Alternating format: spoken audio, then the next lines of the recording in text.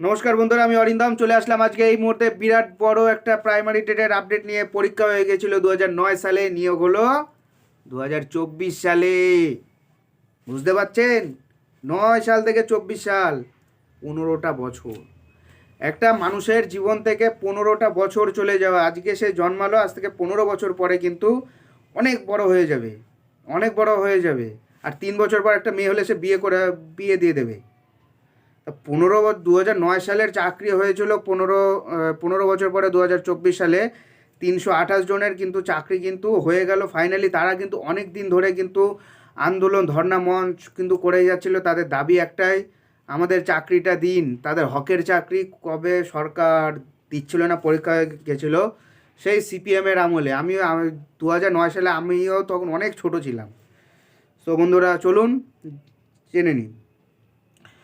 পরীক্ষা হয়েছিল 2009 সালে, চাকরি হলো 2024 সালে। 15 বছর পর চাকরি পেলেন 328 জন। নিয়োগের পরীক্ষা হয়েছিল 2009 সালে, আর নিয়োগপত্র যখন হাতে পেলেন তখন সময়টা 2024 সাল। হ্যাঁ, দীর্ঘ 15 বছর পর অপেক্ষা করার পর অবশেষে মঙ্গলবার অর্থাৎ 6 ফেব্রুয়ারি 2024 তারিখে নিয়োগপত্র পেতে শুরু করলেন দক্ষিণ চব্বিশ পরগনার 328 জন চাকরি প্রার্থী। এরা সকলেই এতদিন ডায়মন্ড হারবার জেলা প্রাথমিক শিক্ষা সংসদের অফিসের বাইরে নিয়োগের দাবিতে অনশন আন্দোলন করছিলেন। 2009 সালে ওই চাকরি প্রার্থীরা যখন প্রাথমিক শিক্ষকের চাকরি পাওয়ার জন্য পরীক্ষায় বসেছিলেন তখন রাজ্যে ক্ষমতায় ছিল বামফ্রন্ট সরকার। বামফ্রন্ট আমলে চাকরির পরীক্ষা নেওয়ার পর প্যানেলও বেরিয়েছিল। তারপরে দেখা যায় জটিলতা, ফলে নিয়োগ প্রক্রিয়া থমকে যায়। তবে তার 2 বছরের মধ্যে ক্ষমতা হারায় বামফ্রন্ট। এরপর দীর্ঘ 13 বছর তৃণমূল কংগ্রেস পরিচালিত সরকার রাজ্য শাসন করলেও এই অসহায় চাকরি প্রার্থীদের নিয়োগপত্র পাননি। ফলে বাধ্য হয়ে তারা আন্দোলন শুরু করেন। গত বছর এই চাকরি প্রার্থীদের মধ্যে থেকে 1506 জনকে প্রাথমিক শিক্ষকের নিয়োগপত্র দেওয়া হয়েছিল। তাদের মধ্যে অনেকেই কাজে যোগ দিল। একটা উল্লেখযোগ্য অংশ এই চাকরি নেয়নি, কারণ গত 14 বছরে তারা জীবিকার সন্ধানে অন্য পথ বেছে নিয়েছেন। কিন্তু বাকি চাকরি প্রার্থীদের ভবিষ্যৎ কী হবে তা নিয়ে ক্রমশ অনিশ্চয়তা গাঢ়ভাবে হতে থাকে। শেষে অনশন আন্দোলনের পথে হাঁটেন চাকরি প্রার্থীরা। বিষয়টি ক্রমশ শাসক দলের কাছে অস্বস্তির কারণ হয়ে উঠেছিল। এমনিতেই তারা নিয়োগ দুর্নীতি নিয়ে বিতর্কে প্রচুর পরিমাণে জড়িয়ে গেছে নিয়োগ দুর্নীতি নিয়ে।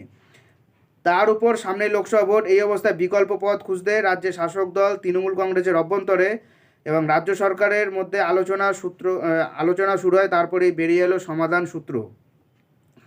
অবশ্যই সমাধান সূত্রের ইঙ্গিত সোমবার সন্ধ্যাতেই এক্স হ্যান্ডেলের একটি ভিডিওতে বার্তার মাধ্যমে দিয়েছিল রাজ্য সংসদ তৃণমূল কংগ্রেসের মুখপাত্র কুণাল ঘোষ।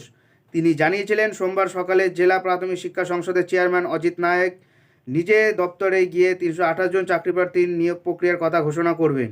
এই সমাধান সূত্র বের হওয়ার জন্য কুণাল মুখ্যমন্ত্রী মমতা বন্দ্যোপাধ্যায় এবং শিক্ষামন্ত্রী ব্রাত্য বসুকে কৃতজ্ঞতা দেন। কুণালের দেওয়া প্রতিশ্রুতি অক্ষরে মেনে মঙ্গলবার জেলা প্রাথমিক শিক্ষা সংসদের অফিসে এসে অজিত নায়ক 328 জনের নিয়োগের কথা সরাসরিভাবে ঘোষণা করে দেন। মঙ্গলবার থেকে নিয়োগপত্র পাঠানোর কাজ শুরু হয়ে যায়। এদিকে জানা গেছে 328 জন নিয়োগপত্র পেলেও এখনও আরও বেশ কয়েকজন চাকরি প্রার্থী আছেন যাদের বিষয় সমাধান সূত্র এখনও অধরা। এদিকে চাকরি প্রার্থীদের পক্ষ থেকে দাবি তোলা হয়েছে, গত বছর 1506 জনের নিয়োগের কথা ঘোষণা হলেও সেখানে সকলে কাজে যোগ দেননি। সেই শূন্যপদে বাকিদের নিয়োগ দিয়ে দিতে হবে। তাই দাবি সহানুভূতির সঙ্গে বিবেচনা করা হবে বলে জেলা প্রাথমিক শিক্ষা সংসদের তরফে জানানো হয়েছে। এই বিষয়ে চাকরি প্রার্থীদের লিখিত জমা নেওয়ার নির্দেশ দেওয়া হয়েছে। এরপর বিষয়টি আইনি জটিলতা খতিয়ে দেখে সিদ্ধান্ত নেবে। এদিকে নিয়োগপত্র আসা শুরুতেই অনশন তুলে নেন চাকরি প্রার্থীরা। তাদেরও মুক্তির পথ বেরিয়ে গেল দীর্ঘ 15 বছর পর। একটা মানুষের জীবন থেকে 15 বছর চলে যাওয়াটা, এটা সরকার তো বোঝে না। সরকার তো থাকবে 15 বছর, কিন্তু একটা মানুষের জীবন থেকে 15 বছর চলে যাওয়াটা কে বুঝবে? সো বন্ধুরা, এটা হলো আজকের আপডেট। সো এরকম আপডেট পেতে হলে আমাদের চ্যানেল ইউজার অরিন্দমকে সাবস্ক্রাইব করে আমাদের পাশে থাকবেন। দেখা হচ্ছে পরের ভিডিওতে। ভালো থাকবেন সবাই। নমস্কার, জয় হিন্দ।